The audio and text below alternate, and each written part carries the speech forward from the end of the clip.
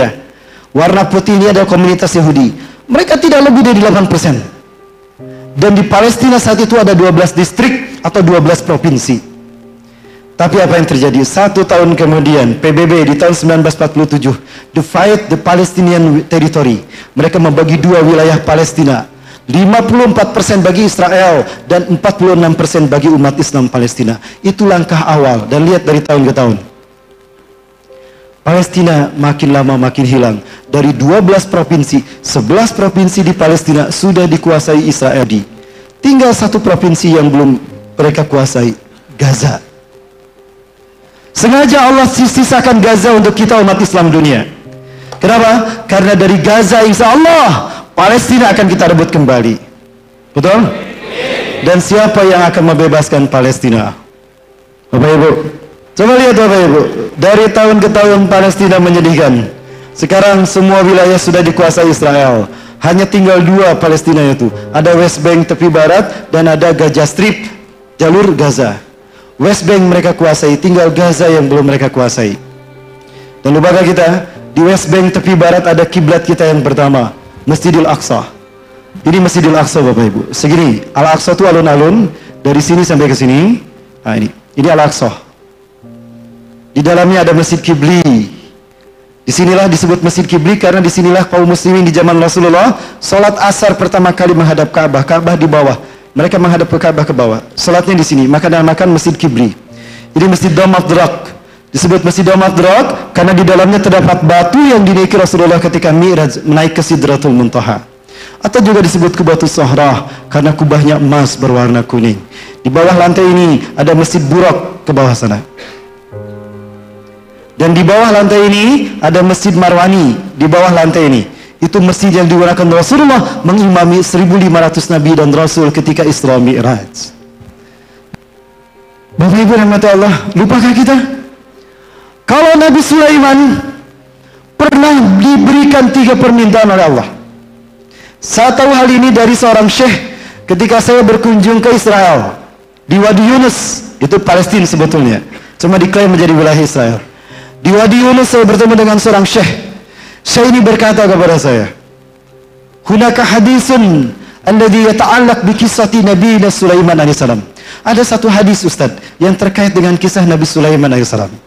Allah pernah berfirman kepada Nabi Sulaiman, "Ya Sulaiman, is'alni salasatan sautiha iyyaka." Hai Sulaiman, mintalah kepadaku 3 hal, aku akan kabulkan untukmu. Yang pertama Nabi Sulaiman meminta kepada Allah, "Ya Rabbi, atini mulkan allati lam tu'ti qabli wa ba'di hatta taquma sa'ah." Ya Allah, berikan aku kekuasaan, berikan aku kerajaan yang belum pernah kau berikan kepada siapapun.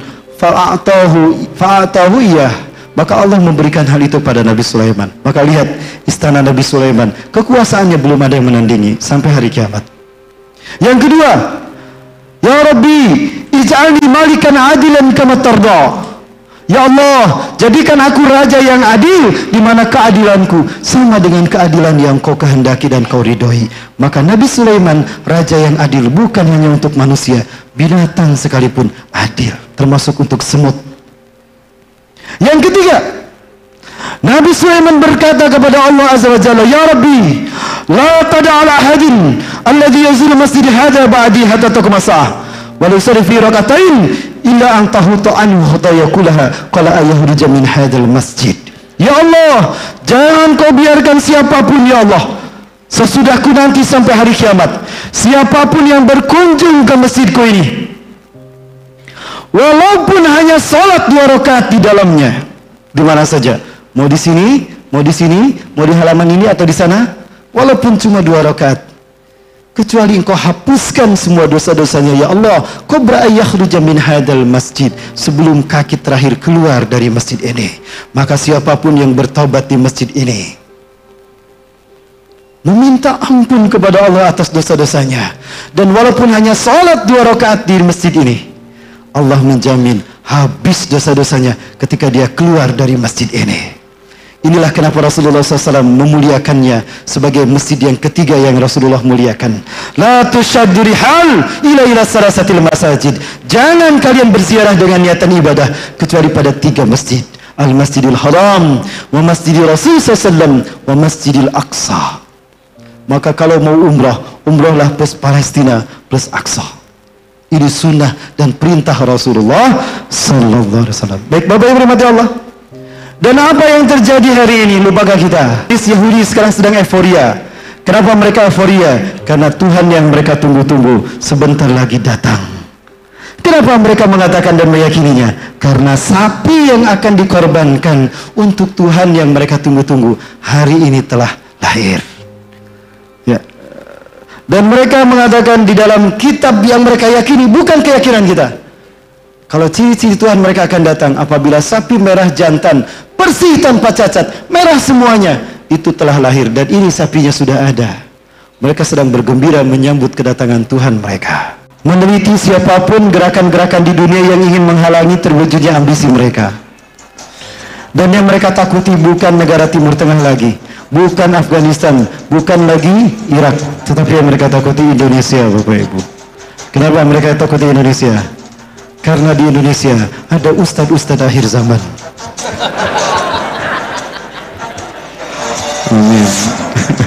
Baik.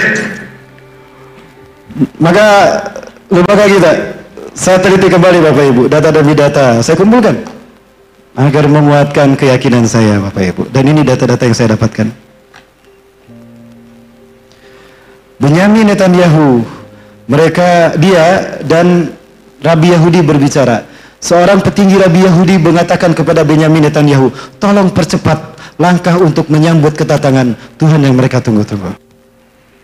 Sayang sekali Bapak Ibu sekalian, ketika saya berbicara ini, sudah Pak, saya terlalu sibuk dengan akhir zaman katanya. Saya terlalu meramal, sehingga ada di antara mereka di Facebook, di Instagram menyebut saya Ustadz Peramal. Terima kasih. Makin bertambah gelar saya Bapak Ibu. Alhamdulillah. Bapak Ibu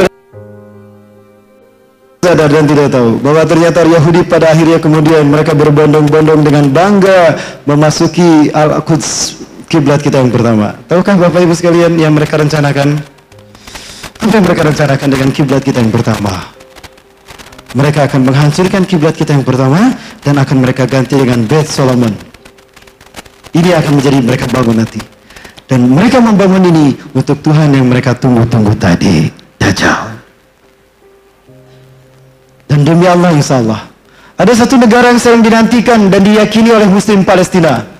Negara inilah yang akan membebaskan mereka. Negara ini hadir dalam mimpi-mimpi mereka. Demi Allah, 4 orang pemuda Yahudi di West Bank, mereka hafal Quran 30 juz. Mereka tidak pernah bertemu sebelumnya. Mereka bermimpi di malam yang sama. Mereka bermimpi bertemu Rasulullah dalam mimpi mereka. Dan Rasulullah SAW bersabda kepada mereka dalam mimpi tadi, ya ahla Syam, ya ahla Gaza, innal ladzina sayuharrirukum min zulmil yahuda wa yu'aduna al-Quds ala rihabikum ikhwatukum muslimun al-Indonesia. Wahai penduduk Gaza, wahai penduduk Syam, sesungguhnya saudara orang-orang yang akan membebaskan kalian dari kezaliman Yahudi dan membebaskan Al-Quds kembali ke tangan kalian adalah saudara kalian Muslim Indonesia. Silakan tanyakan Bapak Ibu. Saya sudah menanyakan dan mereka memberitakan pada kami. Jadi, apakah itu Indonesia? Insya Allah. Saya sering menyampaikan ini dan mungkin ini juga yang mereka sebut cocoklogi Bapak Ibu. Sebuah hadis yang Rasulullah SAW sampaikan tentang Indonesia. Memang Rasulullah tidak menyebutkan Indonesia, tidak. Tapi coba kita lihat. An Sauban radhiyallahu an, dari Sauban sebuah ridhonya hadasahu, dia cerita, annahu sami'a Rasulullah SAW yaqul, dia mendengar Rasulullah SAW bersabda, ini salamnya 2 kali. Inna rabbi zawaliyal arda, sesungguhnya Allah Tuhanku melipatkan untukku bumi ini. Bumi yang tadinya bulat dibikin datar. Hatta ra'aitu masyariqaha wa maghribaha, sehingga aku menyaksikan kekayaannya terbentang dari timur hingga ke barat dunia. Wa atani al-kanzain, dan Allah memberikan padaku 2 pusaka. Al-ahmar wal abyada, pusaka merah dan pusaka putih. Pusaka merah dan pusaka putih. Wa anna ummati, Dan sungguh umatku, sayablugu mulku amma zawal yaminha, akan sampai kekuasaannya di akhir zaman. Dari barat hingga ke timur dunia. Kenapa barat dinamakan Maroko dan timur dinamakan Merauke?